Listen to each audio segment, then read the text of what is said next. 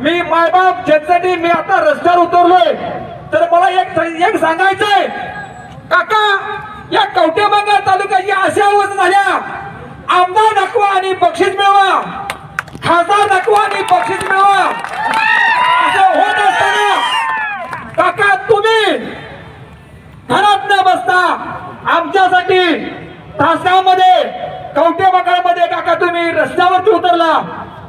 या ठिकाणी तुम्ही दिल्ली गाजवली आणि आज या ठिकाणी माझी विनंती आहे पत्रकार बंधूंना, या ठिकाणी सर्वसामान्य जनतेसोबत आज या ठिकाणी आमचा काका आमच्यासाठी रस्त्यावर बसलाय। एवढं सांगतो मी जनतेला, बाबांनो ही लढा आता काकाचा थांबणार नाही, काकाच्या पाठीमागे आपण ठामपणे मारूया आणि सरसकट कर्जमाफी कोरा उतारा झाल्याशिवाय आपण थांबायचं नाही, एवढंच बोलतो या ठिकाणी आणि थांबतो।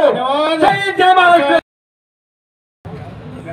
या जिल्ह्याचे माजी खासदार संजय काका पाटील, संजय माजी आमदार जगताप साहेब आणि या ठिकाणी तासगाव कवठेमहांकाळचा युवा नेतृत्व प्रभाकर बाबा पाटील यांच्या नेतृत्वामध्ये आज या ठिकाणी चक्काजाम आंदोलन सुरू आहे।